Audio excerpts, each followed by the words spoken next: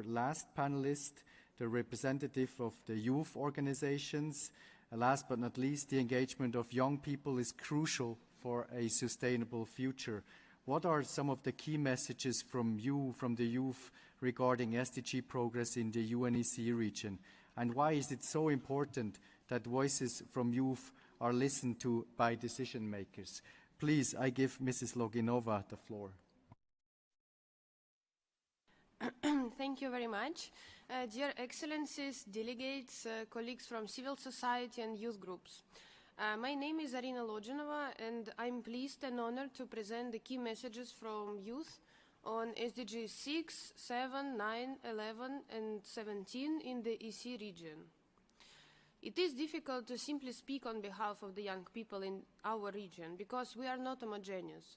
Youth in the EC region are diverse and have diverse life experiences, whether due to race, geographic location, class, ethnic background, our religion, gender, sexual orientation, gender identity, are living with disabilities and a range of other issues and identities that shape our everyday lives.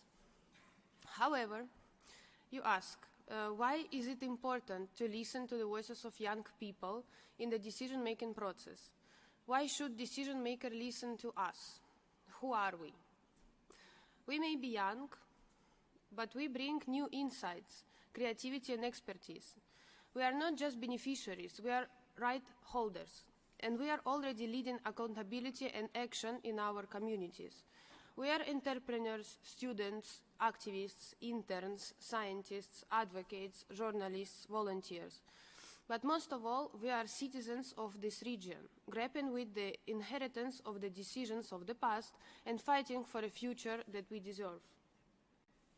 In fact, the question should not be why should we listen to young people. The question should be how can we systematically and equally include young people at all levels of decision making and in the design and development of policies and programs that affect our lives. I am privileged to have the opportunity to come and speak here in front of you, to have had access to clean water and sanitation, wireless connection, electricity, heating, transport, and financial resources. But I also speak on behalf of my peers that cannot afford menstrual products in a remote village and have to miss classes because they are menstruating. On behalf of a student that has to walk 5 kilometers to have wireless connection and access to university classes. On behalf of a young female social entrepreneur who hasn't received enough funding and has to forcibly close her business. On behalf of a young trans person who is running from hooligans in his neighborhood. On behalf of a climate activist that was deprived of citizenship for climate strikes and advocating for clean energy in his country. On behalf of a disabled young person who cannot leave his house without a third-person help because the entrance in his building doesn't have a wheelchair-friendly infrastructure, and young women who don't feel safe to walk on the streets at night. Finally, on behalf of young refugees who had to leave her or his motherland in order to stay safe. I recognize very clearly that I might be privileged, but should it really be a privilege to be treated equally with dignity and with access to all our basic rights? No. These are fundamental human rights that must be applied to all without distinction to any. As young people, as a movement, we stand in solidarity. Those who are being left behind, whose voices are not heard today, but whose futures are at stake. So, we call on all stakeholders, including national and local governments, for actions regarding the SDGs under considerations as follows. To combat stigma and discrimination around menstruation and the sanitary health and needs of all young people. To decrease politicization of water and climate change issues, especially in the regions of Eastern Europe, Caucasus, and Central Asia. Access to clean water is not a left or right issue. It's not a pro or anti-government, it's just a basic human need. To include rural areas in sustainable infrastructure investments, they must not be isolated, and we cannot focus only on cities. All young people, regardless of where they live, should have equal access to public transportation and opportunities. To achieve the Paris 1.5-degree target and a sustainable and renewable energy transition, we need a fossil fuel phase-out as soon as possible, by 2030 at the latest. To support young scientists with grants, networking and conference opportunities, engage in research and become active at the science-society policy interface. To support youth initiatives on computer and informational literacy and bridge the digital divide.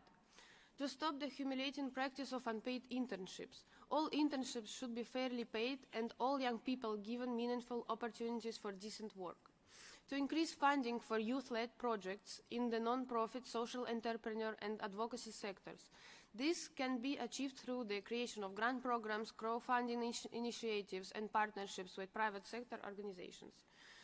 To involve young people in VNR processes and support youth-led accountability initiatives at national, regional and global levels.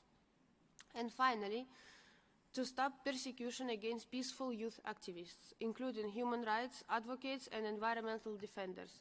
We are trying to deliver a better future when leaders have failed to do so. Our youth perspective considers not just our view on the numeric and statistical progress of the goals, but our lived experiences and day-to-day realities.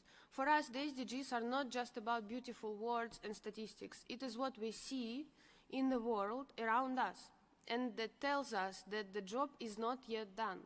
It is about the specific cases of discrimination, inequality, sexism, racism, ageism, ableism, misogyny, homophobia, transphobia that prevents us from fulfilling our potential. It is about the efforts that we invest and the action that we demand from states and all stakeholders to ensure that we live in a peaceful, prosperous and sustainable planet made by and for all of us. You are speaking a lot about the future in this forum. Future projects, future programs, investments, partnerships, innovations.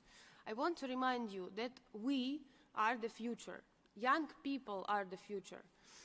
That is why we are so sensitive to the Agenda 2030 implementation. That is why the SDGs cannot just be another failed commitment, a moment of what could have been. The decisions you take now on everything from water and sanitation through to sustainable communities will determine what kind of future awaits of us. We encourage you to invest in young people, listen to our concerns, and empower us to lead. Across our region, young people in all our diversity are stepping up and ready to deliver transformative action to secure a better future.